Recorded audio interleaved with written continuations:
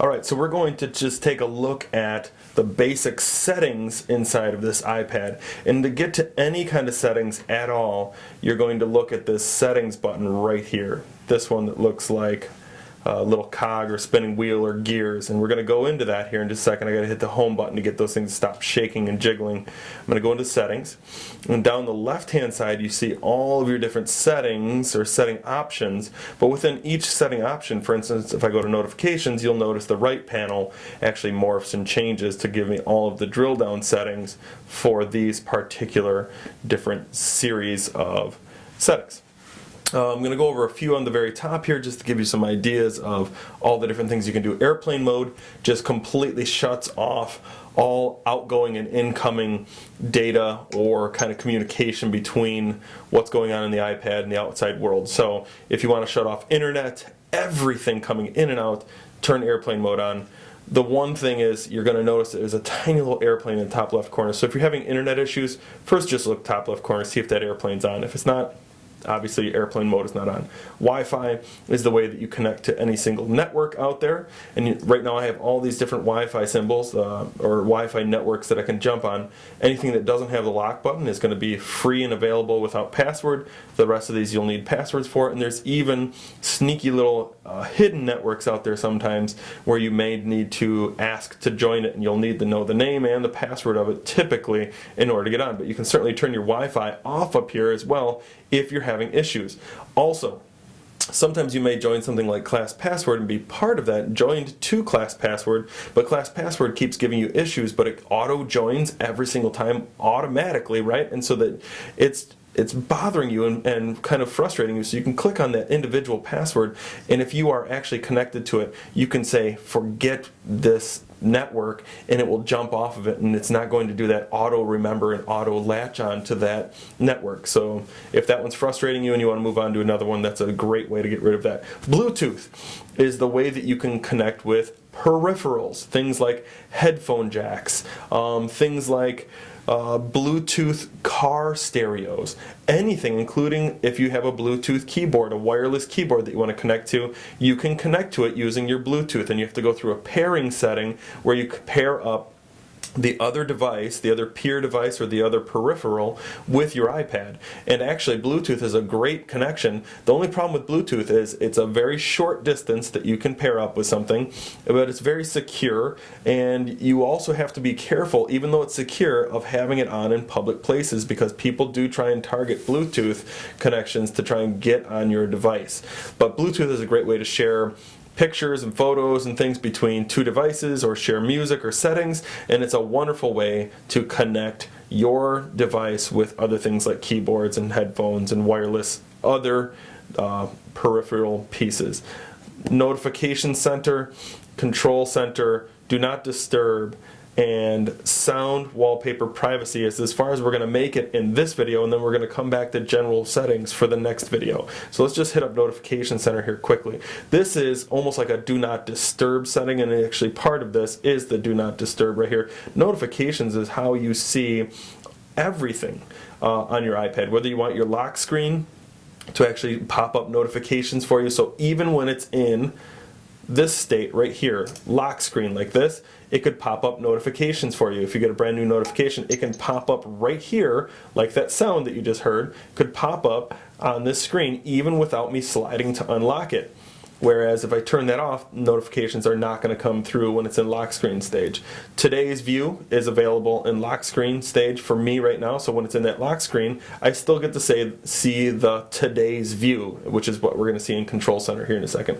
But here's all the different things that I can see with today's view. I can see today's summary, calendar day view, reminders, tomorrow's summary. All of those things are what are included in today's view. It's like an update for yourself. Notifications and reminders, essentially. You can sort them manually or by title or by time right here. Those are the different options right here. And then these are the different things to include in your notifications, and you can change these right now.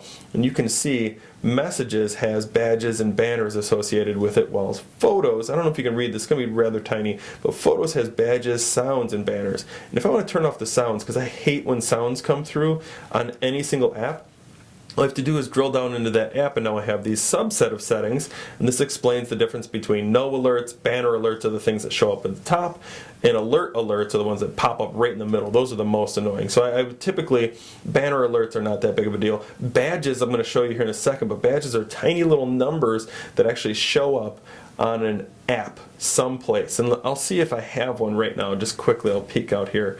I don't know if I have any. Oh, there we go. There's a badge right there. It says 2 under messages. So I know I have 2 messages. That's what you call a badge. So those are really not very intrusive. So I typically leave badges on. Sounds, though, I love to turn the sounds off on this, and I can decide whether I want to show on lock screen this particular app.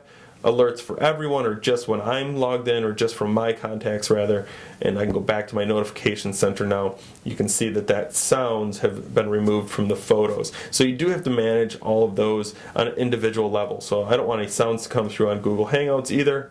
Turn that off if I want to, although Google Hangouts, if I'm getting a phone call, I want it to actually come through, so I'm going to leave that on. That's one of the few things that I want sounds on.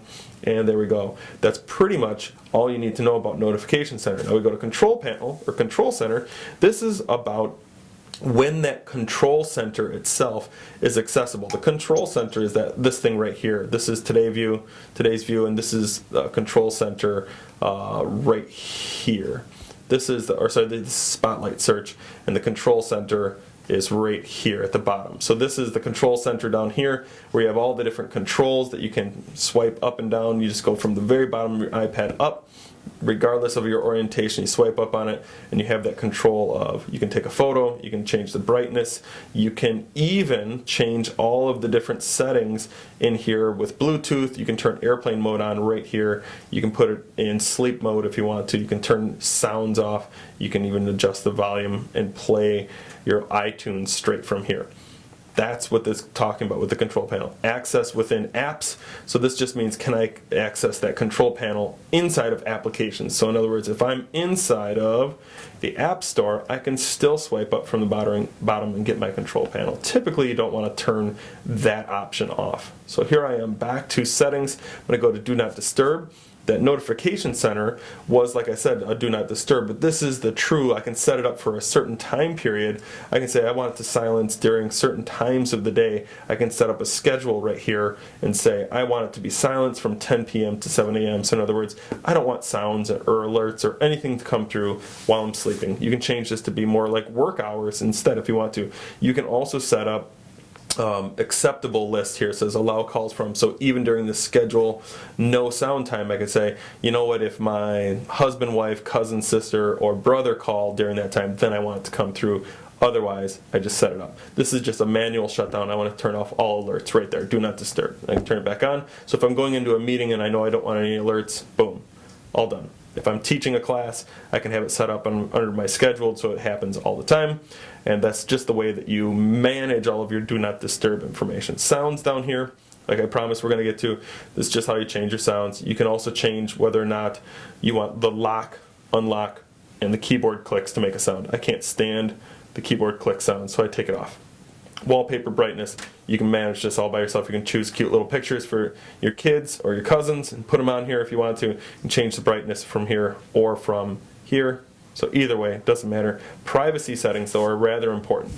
Privacy settings, especially within an educational setting, are terribly, terribly important. And you can decide whether you want location services on or off, and location services are actually the way that not only is your iPad seen by GPS systems, but it's also and by satellites, but it's rather the way that that application is allowed to get at your hard drive. So it's hugely, hugely important. And you can see right here, the camera, Siri, weather, and Find My iPad all have it on. Don't turn it off for Find My iPad, because if that's off, then Find My iPad doesn't work, and you can't use Find My iPad, which we'll get to in the next settings, which is iCloud, and that's how you set up Find My iPad so that you can find your iPad if it's lost or if it's stolen.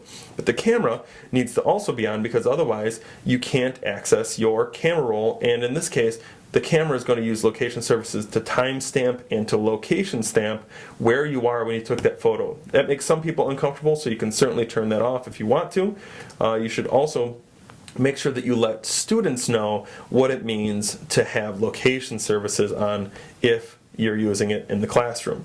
Down here you can certainly turn location services off for Twitter and Facebook if indeed you're using them, because you may not want people to know where you are and have it posted on a social venue like this. But you can moderate and monitor all of these different things and the different privacy options that you have within these different applications. So I strongly recommend that you take a look around this and get used to this and learn how this works. And I lied to you because I'm going to take you through one last thing before we leave these settings here, and that is the mail contacts calendar. I want to show you this is how you add a brand new mail account. Even if you've already set up one mail account, you can come back in here and have multiple mail accounts. You can set up your Yahoo, Gmail, and your Expedia account in here all at the same time. It doesn't really matter how many mail accounts you have, and then they all distill and work down to one single mail application. Right here, you click on this and you'll have access to all of your different inboxes and all of the different mail that you have from each of those accounts.